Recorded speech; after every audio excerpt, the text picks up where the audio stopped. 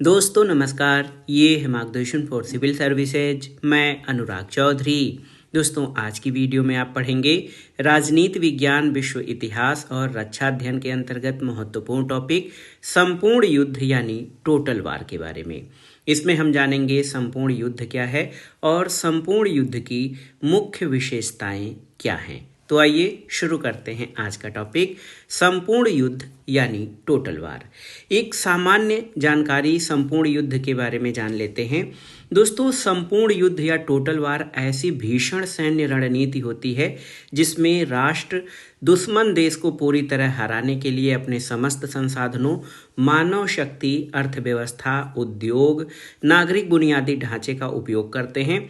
इसमें सैनिक और असैनिक यानी सैनिक और नागरिक के बीच का अंतर समाप्त हो जाता है और युद्ध में जीत के लिए कोई भी सीमा या किसी भी सीमा का कोई प्रतिबंध नहीं होता है। तो संपूर्ण युद्ध एक अनियंत्रित सैन्य संघर्ष है जिसमें देश अपनी जीत के लिए सैन्य, नागरिक, आर्थिक और औद्योगिक संसाधनों का पूरी तरह इस्तेमाल करते हैं। इसमें सैनिक और नागरिकों के बीच की सीमा खत्म हो जाती है और इसका उद्देश्य दुश्मन का पूर्ण विनाश यानी टोटल डिस्ट्रक्शन होता है। संपूर्ण युद्ध की विशेषताएं ये होती हैं कि इसमें संसाधनों का संपूर्ण उपयोग होता है। नागरिक लक्ष्य केवल सैनिक नहीं बल्कि दुश्मन के शहर, उद्योग, नागरिक बुनियादी ढांचे भी हमले के शिकार होते हैं। और अप्रतिबंधित युद्ध होता है जिसमें युद्ध के नियमों की अनदेखी की जाती है। इसके उदाहरणों में हम प्रथम विश्व युद्ध यानी फर्स्ट वर्ल्ड वार 1914 टू 1918 और सेकेंड वर्ल्ड वार 1939 टू 1945 को ले सकते हैं। और इसमें व्यापक स्तर पर, विनाशकारी स्तर पर नागरिक आबादी को निशाना बनाया गया था। दोस्तों पिछले कुछ वर्षों से दोनों विश्व युद्धों को एक विशाल युद्ध के रूप में देखा जा रहा है जो 31 वर्ष तक चला। 1914 से 1918 तक पहला विश्व युद्ध और 1939 से 1945 तक दूसरा विश्व युद्ध चला था। दोनों विश्व युद्धों के बीच के दौर को 1918 से 1938 तक के युद्ध विराम के दौर के रूप में देखा जाने लगा है और इस समझ के अनुसार 28 जुलाई 1914 को 31 सालों के युद्ध की शुरुआत हुई थी। इसका खात्मा 14 अगस्त 1945 को हुआ था। अब अधिकाधिक इतिहासकार इस दौर को युद्ध के इतिहास का एक नया दौर मानने लगे हैं। एक मार्क्सवादी इतिहासकार हैं एरिक हॉब्सबॉम। एरिक हॉब्सबॉम ने इस दौर को संपूर्ण युद्ध यानी टोटल वार का युग कहा है, एज ऑफ टोटल वार। दोस्तों ये युग मार्क्सवादी इतिहासकार एरिक हॉब्सबॉम के अनुसार एज ऑफ टोटल वार है। उनके मुताबिक इस समय में 19वीं शताब्दी की सभ्यता के महान स्तंभ फहरा कर गिर पड़े और इस दौर में रहने वाले लोग जब बंदूकें खामोश थीं और बम फट नहीं रहे थे तब भी संपूर्ण युद्ध के अर्थ में सोचते और जीवन बिताते थे। इस दौर में दो स्पष्ट टकराव हुए। पहले का अंत नवंबर 1918 में हुआ। आगे आने वाली यूरोपीय लोगों की पीढ़ी ने इसे महान युद्ध माना और दूसरे की शुरुआत 1939 में हुई और समाप्ति 1945 में। इसे द्वितीय विश्व युद्ध कहा गया। और बीच के दौर में यूरोपीय देशों में आपस में भयानक टकराव होते रहे। महामंदी यानी जो मंदी की चरम अवस्था है जिसने वैश्विक स्तर को प्रभावित किया, तो महामंदी आई, फांसीवाद और नाजीवाद का उदय हुआ और कई अन्य क्षेत्रीय युद्ध हुए। इन क्षेत्रीय युद्धों में मंचूरिया पर जापान का आक्रमण 1931 में, इथोपिया पर इटली का आक्रमण 1935 में, स्पेन का गृह युद्ध 1936 से 1939 और 1938-39 में जर्मनी द्वारा ऑस्ट्रिया और चेकोस्लोवाकिया पर आक्रमण थे। इस 31 सालों के दौर में जो घरेलू और अंतर्राष्ट्रीय युद्ध हुए उनमें गहरा संबंध है। इसके कारण ये पूरा दौर अनंत विश्व संकट का दौर दिखाई पड़ता है और इस दौर पर महाशक्तियों के बीच आपसी प्रतिद्वंदिता का असर पड़ा। पूंजीवादी औद्योगिकरण और लोकप्रिय जनतांत्रिक आकांक्षाओं का दमित विकास भी हुआ और ये कहा जा सकता है कि ये तत्व तब से अब तक हमारे साथ जुड़े हुए हैं कि मानवता अब भी संपूर्ण युद्ध के असर से मुक्त नहीं हो पाई है। और दोस्तों, इस परिप्रेक्ष्य में हम संपूर्ण युद्ध की धारणा और संसाधनों की लामबंदी और संपूर्ण युद्ध में सारी जनता द्वारा अदा की गई भूमिका की परीक्षा करने या जानने की कोशिश करेंगे। तो सबसे पहले जानते हैं संपूर्ण युद्ध की धारणा और उसकी नवीनता। संपूर्ण युद्ध यानी टोटल वार क्या है? दोस्तों, 19वीं सदी के अंत तक युद्ध आमतौर पर युद्धरत सेनाओं के बीच और अपेक्षाकृत कम समय के लिए होता था। 1854 से 1856 तक चले क्रीमियाई युद्ध को छोड़कर महाशक्तियों के बीच पूरी सदी 1815 से 1914 तक कोई बड़ा युद्ध इस बीच में नहीं हुआ था। इसके विपरीत जो युद्ध 1914 में शुरू हुआ उसमें सभी महाशक्तियां शामिल थीं और इससे भी महत्वपूर्ण बात यह है कि समाज और अर्थतंत्र यानी इकोनॉमी, सोसाइटी और इकोनॉमी के समूचे संसाधन इसमें लगा दिए गए थे। हालांकि फ्रांसीसी क्रांति में भी पहली बार नागरिक सेना दिखाई पड़ी थी, लेकिन 20वीं सदी में ही आकर ये दिखाई पड़ा कि युद्ध का परिणाम सैन्य शक्ति से तय नहीं होता बल्कि देश के अर्थतंत्र की टिकाऊ क्षमता से तय होता है। युद्ध का लक्ष्य शत्रु सेना को सैनिक रूप से पराजित करना ही नहीं रह गया, बल्कि इसका उद्देश्य शत्रु सेना के अर्थतंत्र और राजनीति को संपूर्ण रूप से नष्ट करना हो गया। एक तरफ तो सरकारों ने अपने नागरिकों से युद्ध में भागीदारी करने की अपील की और दूसरी तरफ युद्धरत देशों ने अपने निशाने के भीतर औद्योगिक केंद्र और नागरिकों को भी ले लिया। यानी जब युद्ध सैनिक स्तर पर होता है तो वो सीमित स्तर पर या सीमित युद्ध कहा जाता है, और जब ये नागरिक, अनागरिक, औद्योगिक केंद्र और सभी को सैनिक के साथ साथ जो है इसके क्षेत्र में या इसके केंद्र में औद्योगिक केंद्र और नागरिक भी शामिल हो जाते हैं तो वो युद्ध का दायरा व्यापक हो जाता है और संपूर्ण युद्ध कहलाता है। दोस्तों, आप जान लीजिए कि जब युद्ध या युद्ध में किसी तरह से जीतना होता है तब उसका उद्देश्य या लक्ष्य जनता के मनोबल को तोड़ना हो जाता है। सबसे ज्वलंत उदाहरण 1945 में जापान पर अमेरिका द्वारा एटम बम गिराना है। प्रथम विश्व युद्ध से ही इसके लक्षण दिखाई पड़ने लगे थे जब जर्मनी की पनडुब्बियों ने मित्र सेनाओं के व्यापारिक जहाज़ों पर हमला किया था। इसका स्पष्ट उद्देश्य क्या था? अर्थतंत्र को पंगु बनाना और ब्रिटिश जनता को भूखों मारना था।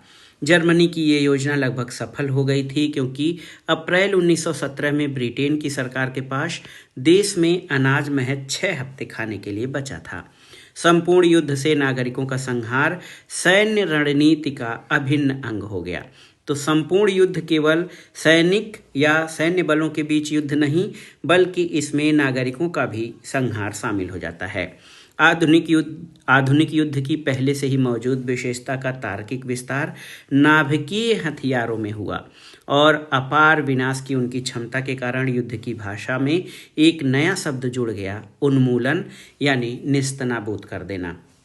तो एक प्रकार से जो युद्ध था जिसका दायरा सीमित था, नुकसान सीमित थे, उसका दायरा आर्थिक, औद्योगिक, राजनीतिक, सामाजिक सभी स्तरों पर पड़ने लगा। 19वीं शताब्दी के साम्राज्यवादी युग में भू राजनीतिक, जियो पॉलिटिक्स और आर्थिक लक्ष्य एक दूसरे से मिल गए। इस युग से राजनेताओं और शासक वर्गों को ये स्पष्ट हो गया कि साम्राज्य का विस्तार दुनिया भर में दबदबा बनाए रखने और अन्य प्रतिद्वंदियों से बढ़ोतरी हासिल करने का आधार और ये भी है और साधन भी। पूंजीवादी साम्राज्यवादी देशों में नए नए देशों पर कब्जा करने की प्रवृत्ति बढ़ी। ग्रेट ब्रिटेन पहले से ही मुख्य शक्ति था। जर्मनी का देर से एकीकरण हुआ और ये मध्य यूरोप में बड़ी औद्योगिक शक्ति के रूप में उभरा और ब्रिटेन का मुख्य प्रतिद्वंदी हो गया। जापान में लड़ाकू भावना पहले से थी, उसी के साथ जापानी उद्योग में भी औपनिवेशिक इच्छा बढ़ने लगी। इन सब वजहों से महाशक्तियों के बीच पहले से मौजूद शांति नष्ट हो गई क्योंकि वे अफ्रीका और एशिया में नए नए क्षेत्रों पर कब्जा करने की होड़ करने लगी। संपूर्ण युद्ध में पूंजीवादी दुनिया के मजबूत अर्थतंत्रों की खतरनाक साम्राज्यवादी प्रवृत्तियां प्रकट हुई, वो भी ऐसे दौर में जब अधिकांश शासक वर्गों के लिए लोकतंत्र अभिशाप ही था। यानी लोकतंत्र का जो उदय हुआ है या वास्तविक लोकतंत्र, ये बहुत बाद में आया और जो अधिकांश शासक थे वो लोकतंत्र को अच्छी व्यवस्था नहीं मानते थे। फ्रांसीसी क्रांति और 20वीं सदी के विश्व युद्धों के बीच युद्ध की धारा नाटकीय रूप से बदल गई। ये बदलाव आधुनिक युद्धों के तरीके, उनके उद्देश्य और युद्धरत देशों द्वारा लामबंद संसाधनों के मामले में दिखाई पड़ा। यानी युद्ध की जो अवधारणा थी, जो प्रवृत्ति थी, वो बदल गई। आधुनिक युद्ध का परिणाम सेना की ताकत से तय नहीं होता, बल्कि अर्थतंत्र की टिकाऊ क्षमता से भी तय होता है। इसके अलावा संपूर्ण युद्ध सीमाहीन युद्ध बन गया। इसमें शत्रु देश बिना शर्त समर्पण से ही युद्ध खत्म हो सकता था और युद्ध का उद्देश्य शत्रु सेना को पराजित करना नहीं रह गया, बल्कि शत्रु देश के अर्थतंत्र और राजनीति का संपूर्ण विनाश हो गया। जैसे जैसे युद्ध में नागरिकों की भागीदारी बढ़ी, वैसे वैसे सेनाओं द्वारा नागरिकों को निशाना बनाने की घटनाएं बढ़ने लगीं और इस धारणा की जड़ें फ्रांसीसी क्रांति में है, जब पहली बार नागरिक सेना का उदय हुआ और व्यापक राष्ट्रीय भावनाओं की लामबंदी युद्ध के विचित्र जनतांत्रिकरण से जन युद्ध की नई परिघटना सामने आई। संसाधनों की लामबंदी या संसाधनों का एकीकरण क्या है? दोस्तों, एक बार जब ये प्रक्रिया शुरू हो गई तो फिर इसकी आगामी प्रगति अपने आप होती रही। इसके पीछे ऐसी राजनीतिक, मनोसामाजिक और सांस्थानिक प्रक्रियाएं थीं जिनका रुकना असंभव दिखाई पड़ता था। रूस में जार का शासन था। विश्व युद्ध में उसकी भागीदारी रूसी क्रांति से खत्म हुई। इसका बहुत गहरा असर पड़ा और प्रथम विश्व युद्ध में रूस जिस पीड़ा से गुजरा था, उसी के कारण द्वितीय विश्व युद्ध में संपूर्ण सोवियत शासन तंत्र हमले की स्थिति में भौतिक रूप से देश को तैयार कर सका। जो लोग स्टालिनवादी औद्योगिकरण का अध्ययन करते हैं, वे जानते हैं कि इस तैयारी की मानवीय कीमत कितनी बड़ी थी।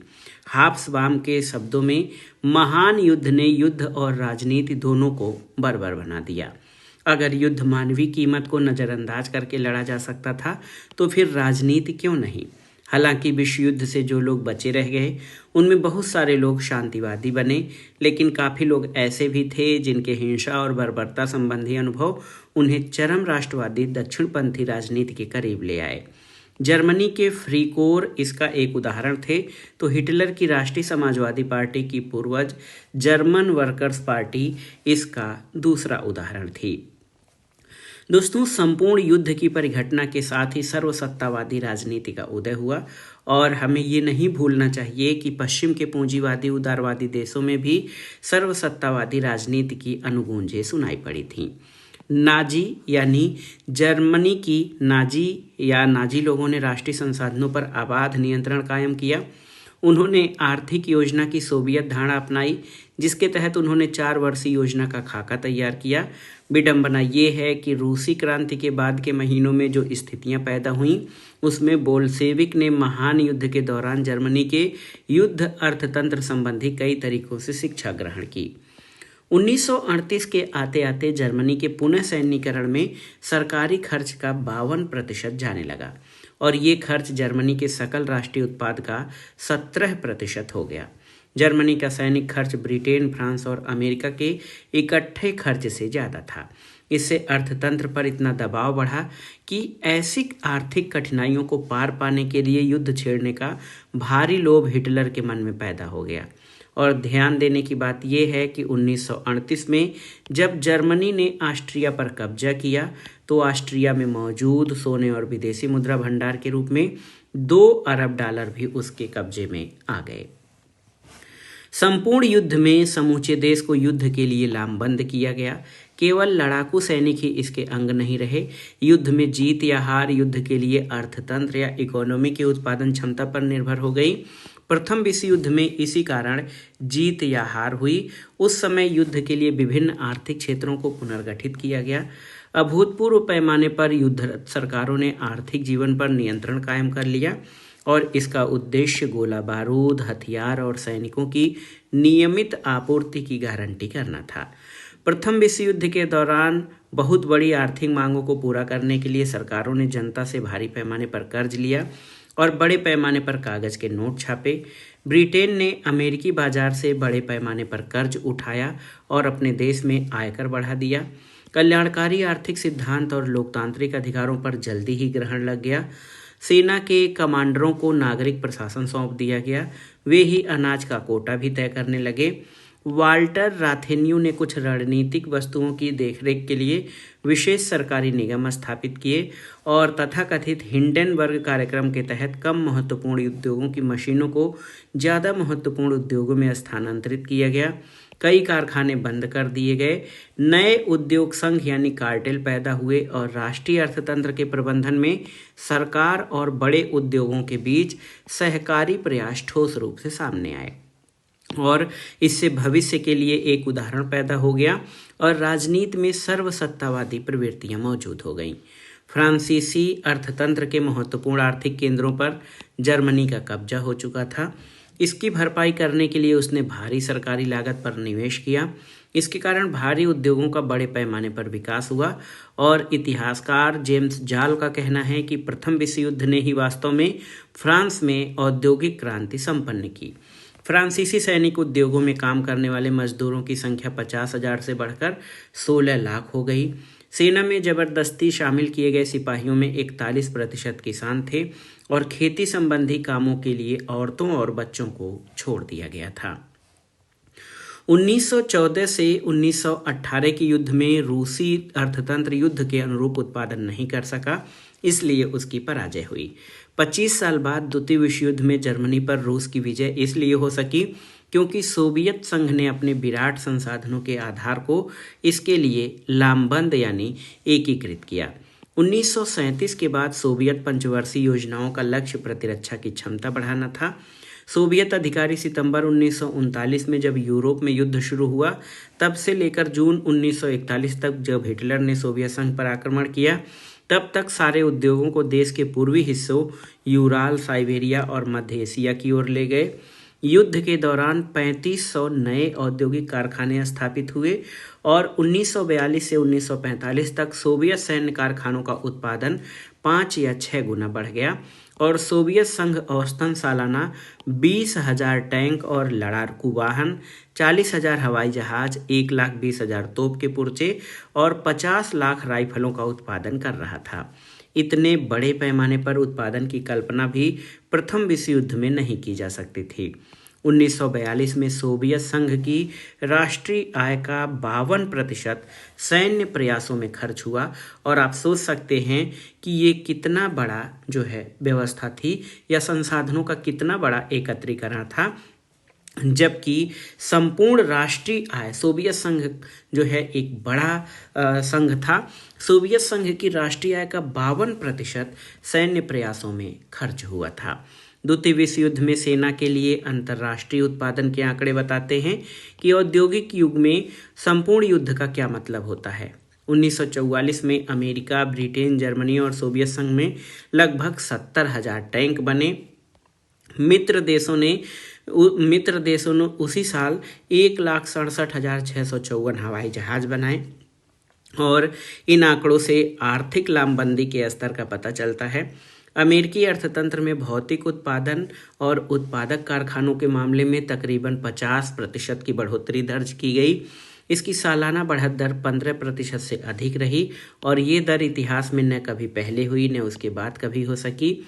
युद्ध से संबंधित उत्पादन 1939 में कुल उत्पादन का 2% था और 1943 में अप्रत्याशित रूप से ये 40% हो गया। दोस्तों, जो युद्ध में लगे हुए देश थे उन्होंने बड़े पैमाने पर वैज्ञानिक संसाधनों की लामबंदी की और ये जो विकास हुआ ये कई क्षेत्रों में हुआ, जैसे दूरसंचार, वायुपोत, अभियांत्रिकी, टैंक की हथियारबंदी, उपग्रह, विस्फोटक सामग्री और मशीनी औजारों के मामले में लगातार सुधार हुए। और युद्ध के मामले में कई बार ये तर्क दिया जाता है कि युद्ध जो है ये वैज्ञानिक प्रगति के वाहक होते हैं। इस विध्वंसक कल्पना का सबसे ज्वलंत प्रतीक अणु बम का निर्माण है। ये एक ऐसा हथियार था जिसकी खोज में जर्मनी और अमेरिका साथ साथ लगे हुए थे। इसके प्रयोग से सैन्य रणनीति के अंग के बतौर नरसंहार और आतंक का उदय हुआ और संपूर्ण युद्ध के कारण आणविक सिद्धांत के सैन्य प्रयोग संबंधी अनुसंधान को प्रेरणा मिली और हर पक्ष को भय लगता था कि दूसरा पक्ष इस संबंध में पहले सफलता प्राप्त कर लेगा। ब्रिटेन, कनाडा और अंततः अमेरिका के वैज्ञानिकों ने अंतर्राष्ट्रीय दल को एकत्र किया। उन्हें अधिकतम सरकारी सहयोग दिया गया और उनकी जिम्मेदारी थी कि हिटलर से पहले वे अणु बम बना लें। जर्मनी इस होड़ में इसलिए भी पिछड़ गया क्योंकि नाजी उत्पीड़न के कारण 1930 के दशक में प्रतिभाशाली वैज्ञानिक देश छोड़कर भाग चुके थे, लेकिन जर्मनी चालक रहित विमानों और रॉकेटों के बनाने में बाजी मार ले गया। इनका इस्तेमाल ब्रिटेन के खिलाफ 1944 में जर्मनी ने किया और युद्ध के बाद वर्नर फॉन ब्राउन जैसे कुछ अत्यंत प्रतिभाशाली जर्मन वैज्ञानिकों को अमेरिकी खगोलीय और सैनिक कार्यक्रमों में नियुक्त किया गया। जनसंहार के हथियारों को बनाने की क्षमता राष्ट्र राज्य व्यवस्था की सीमाओं से बाहर चली गई। तो एक प्रकार से देखा जाए तो जो टोटल वार का कॉन्सेप्ट है, इसका दायरा बहुत अधिक विस्तृत था और इसने बड़े पैमाने पर देश और उनकी आर्थिक और सैन्य नीतियों को प्रभावित किया। संसाधनों की लामबंदी के साथ इसमें युद्ध में समूची जनता होती है। संपूर्ण युद्ध की परिघटना और उसकी तैयारी ने कामगार लोगों के जीवन पर गहरा असर डाला। संपूर्ण युद्ध के कारण सिपाहियों की लामबंदी बड़े पैमाने पर हुई, महिलाओं को मजदूरी के काम में लगाया गया और इसी के परिणाम स्वरूप ब्रिटेन में प्रथम विश्व युद्ध के बाद महिलाओं को मताधिकार मिला। जन राजनीति का बड़े पैमाने पर विकास हुआ। ब्रिटेन ने 1916 में अनिवार्य सैनिक सेवा लागू की। कार्यालयों और कारखानों में काम करने के लिए महिलाओं की जरूरत बड़ी संख्या में पड़ी। नाजी सत्ता ने 1930 के दशक के उत्तरार्ध में जर्मन अर्थतंत्र को युद्ध अर्थतंत्र यानी वार इकोनॉमी कहना शुरू किया। इसका उद्देश्य क्या था? संपूर्ण युद्ध की तैयारी था। अर्थतंत्र में राज्य के हस्तक्षेप संबंधी G.M. Keynes, John Maynard Keynes का सिद्धांत का नाजी सैनिक संस्करण जो है बेरोजगारी को काफ़ी हद तक कम करने में कामयाब रहा। इसके कारण 1937 तक राष्ट्रीय उत्पादन 102% बढ़ गया। 21 मई 1935 को पारित एक गोपनीय सैनिक कानून के जरिए हल्जमार सैचेट को युद्ध अर्थतंत्र के लिए प्रचुर आर्थिक उत्पादन के लिए नियुक्त किया गया। उसका काम जर्मनी द्वारा किए गए वर्साय संधि के उल्लंघनों पर पर्दा डालना था। व्यापार पर भारी कर लगा दिए गए, उनसे विशेष चंदा वसूला गया और उनके लिए राइख इकोनॉमिक चैम्बर की सदस्यता अनिवार्य कर दी गई। सैनिक साजो सामान बनाने वाले भारी उद्योगों को बड़ा मुनाफा हुआ। मजदूरी में घटोत्तरी आई और हड़तालें बंद हो गई। लेकिन कामगार जनता और आर्थिक ढांचे की युद्ध में महत्वपूर्ण भूमिका के कारण गैर लड़ाकू जनता यानी सिविलियन जो थे वो भी हमले के निशाना बन गए। इन हमलों का उद्देश्य संपूर्ण नागरिक आबादी के मनोबल को तोड़ना होता था और इस लक्ष्य के साथ ही साथ तकनीकी युद्ध में निहित निर्वैयक्तिकता या व्यक्ति विहीनता भी थी। इन्हीं दोनों चीज़ों के चलते आधुनिक विश्व का एक महत्वपूर्ण अंग क्रूरतापूर्ण नरसंहार बन गया। अब नागरिकों को सीधे निशाना बनाया जाने लगा। द्वितीय विश्व युद्ध में इसके स्पष्ट उदाहरण दिखाई पड़े जब तूफानी हवाई आक्रमण, नरसंहार चादर की तरह बम गिराना, इसको कारपेट बॉम्बिंग कहते हैं, अणु बम और व्यापक पैमाने पर आबादी का स्थानांतरण शुरू हुआ। लेकिन ये सब प्रवृत्तियां 1914 से 1918 के प्रथम विश्व युद्ध में ही शुरू हो गई थीं। तुर्की की सरकार ने 1915 में लगभग 15 लाख आर्मेनियाइयों का कत्लेआम किया और 3,20,000 आर्मेनियाइयों को शरणार्थी बना दिया गया। आधुनिक काल में संपूर्ण आबादी का सफाया करने की ये पहली कोशिश थी। मित्र सेनाओं ने जर्मनी की आर्थिक नाकेबंदी देश की जनता को भूखों मारने के लिए की थी। ये ऐसी दूसरी कोशिश थी और बड़े पैमाने पर जनांकीय परिवर्तन शरणार्थियों के भागने या आबादियों की अनिवार्य अदला बदली के कारण हुए। प्रथम विश्व युद्ध में 13 लाख यूनानी लोग तुर्की से यूनान चले गए। 4 लाख तुर्क यूनान छोड़कर तुर्की पहुंच गए और 1918 से 20 के रूसी गृह युद्ध के दौरान 20 लाख रूसी विस्थापित हुए। प्रथम विश्व युद्ध और उसके प्रभावों के कारण 40 से 50 लाख शरणार्थी पैदा हुए और निसंदेह द्वितीय विश्व युद्ध मानव इतिहास की सबसे भयानक त्रासदी है। 1939 से 1945 तक जो द्वितीय विश्व युद्ध था, ये मानव इतिहास की सबसे भयानक त्रासदी है। युद्ध के कारण मानव क्षति का अनुमान 4 करोड़ से 5.5 करोड़ के बीच लगाया गया। इनमें सिपाही और गैर लड़ाकू जनता दोनों ही शामिल थे। 3.5 करोड़ लोग घायल हुए, 30 लाख लोग गायब हो गए। सोवियत संघ को सबसे बड़ी मानवीय क्षति उठानी पड़ी, उसके लगभग 2 करोड़ लोग मारे गए। फरवरी 1945 में ड्रेसडेन पर अंग्रेज और अमेरिकी बमबारी के दौरान एक रात में ही 50,000 जर्मन नागरिक मारे गए थे। टोक्यो में एक हवाई हमले में मार्च 1945 में 80,000 लोग मारे गए और चौथाई शहर बर्बाद हो गया था। विस्थापन के बारे में अनुमान लगाया जाता है कि अकेले यूरोप में लगभग 4 करोड़ लोग विस्थापित हुए थे। जर्मनी, पोलैंड, चेकोस्लोवाकिया और बाल्कन देशों में सीमाओं के आर पार बड़े पैमाने पर आबादियों की अदला बदली हुई और जब ये पता चला कि हत्या के उद्योगीकरण के लिए नाजियों ने विशेष कैंप बनाए थे तो जिसमें 60 लाख यूरोपीय यहूदी मारे गए तो मनुष्यता की अंतरात्मा पर अस्थायी काला धब्बा पड़ गया। इसके कारण इसराइल के निर्माण की प्रेरणा मिली। इसराइल में यूरोप से भागकर 12 लाख यहूदी पहुंचे और 13 लाख फिलिस्तीनियों का जबरिया विस्थापन हुआ। कोरियाई युद्ध द्वितीय विश्व युद्ध का सीधा नतीजा था। उसमें 50 लाख लोग शरणार्थी बने। भारत की आज़ादी और बंटवारे के फलस्वरूप 20 लाख लोग मारे गए और 1.5 करोड़ लोग विस्थापित हुए थे। निश्चित रूप से द्वितीय विश्व युद्ध संपूर्ण युद्ध का चरमोत्कर्ष था। अब आइए इस चैप्टर का हम संक्षेप पढ़ लेते हैं, सारांश। तो प्रथम विश्व युद्ध के दौरान जर्मनी और फ्रांस की सेना 25,000 मील लंबी खाइयों में डटी हुई थी और ये लंबाई पृथ्वी की कुल परिधि का 3 गुना थी। 1916 के आते आते सैनिकों ने जीत की उम्मीद छोड़ दी। अंग्रेजी खाइयों में ऐसे सिपाही भी थे जो अपने आप को हमेशा खाई में बंद रहने वाले मनुष्य कहते थे। उन्हें युद्ध के खत्म होने की कोई आशा नहीं थी। 1918 में प्रथम विश्व युद्ध का अंत तो हुआ, लेकिन फांसीवाद के उदय, 1930 के दशक के औपनिवेशिक युद्ध, स्पेनिश गृह युद्ध, द्वितीय विश्व युद्ध, कोरियाई युद्ध, वियतनाम युद्ध, फिलिस्तीन को लेकर युद्ध, दक्षिण एशिया और अफ्रीका में युद्ध, बाल्कन देश और खाड़ी में हुए हाल के युद्ध में ये साबित करते हैं कि खाई में बंद अंग्रेज सैनिक गलत नहीं करते थे। इन युद्धों के अलावा समूची धरती पर फैले हुए विद्रोहों की बात अलग है। एक अनुमान के मुताबिक पिछली सदी में ठोस रूप से 250 युद्ध हुए और युद्ध और मानव जाति संघर्षों के चलते 11 करोड़ लोगों की मौत हुई।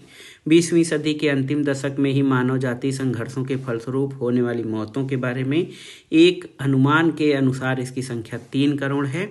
इन मौतों में नागरिकों की मौत का अनुपात बढ़ता गया है और आधुनिक इतिहास के दौरान युद्ध केवल रणनीतिक सैनिक सिद्धांत नहीं रह गया जो सैनिक विशेषज्ञों का मसला हो। ये तो नागरिक समाज के अंतरतम में समा चुका है और अब इसकी जगह राष्ट्र राज्य की बाहरी परिधि नहीं रह गई है। पहले युद्ध बाहरी शत्रुओं से राष्ट्र की रक्षा का साधन था, अब युद्ध देश के भीतर चला आया है और इसके कारण निरंतर गृह युद्ध पैदा हुए हैं और इसका उद्देश्य भीतरी सामाजिक शत्रु या अन्य को नियंत्रित करना और उसका सफाया करना भी बताया जाता है। और ये प्रक्रिया 1914 में संपूर्ण युद्ध का युग शुरू करते हुए या उसके बिना नहीं आगे बढ़ सकती थी। तो आप जान लीजिए दोस्तों, ये जो संपूर्ण युद्ध है ये ऐसा युद्ध है जो किसी भी क्षेत्र को नहीं छोड़ती है और ये अनियंत्रित सैन्य संघर्ष है जिसमें देश अपनी जीत के लिए नागरिक, आर्थिक और औद्योगिक संसाधनों का पूरी तरह प्रयोग करते हैं कि किसी भी तरह हमको ये युद्ध जीतना है। परमाणु हथियारों के युग में इसे और भी विनाशकारी माना जाता है क्योंकि ये अंततः संपूर्ण विनाश की ओर ले जाता है। तो दोस्तों ये था आज का वीडियो। इसमें हमने संपूर्ण युद्ध या टोटल वार के बारे में पढ़ा। टोटल वार क्या है, इसकी विशेषताएं क्या हैं, इसमें संसाधनों का किस प्रकार प्रयोग किया जाता है और टोटल वार की अवधारणा कब से शुरू हुई थी, इसके बारे में भी हमने जाना कि 2 बार विश्व भयानक विश्व युद्धों को झेल चुका है जिसमें करोड़ों सैनिकों, नागरिकों की मृत्यु हुई, उनका विस्थापन हुआ, वो एक दूसरे से अलग हुए। लेकिन फिर भी ये कहा जाना चाहिए कि संपूर्ण युद्ध जैसी घटनाएं ये मानवता के विनाश के लिए बहुत अधिक तौर पर जिम्मेदार हैं, उत्तरदायी हैं और हमें ऐसे विनाश से बचने का हर संभव प्रयास करना चाहिए। तो दोस्तों ये था आज का वीडियो जिसमें आपने टोटल वार या संपूर्ण युद्ध के बारे में विस्तार से जाना है। ये वीडियो आपको कैसा लगा हमें कमेंट बॉक्स में ज़रूर बताइएगा। वीडियो को लाइक करें, शेयर करें और इस चैनल मार्गदर्शन फॉर सिविल सर्विसेज को सब्सक्राइब करें। वीडियो देखने के लिए धन्यवाद। नमस्कार।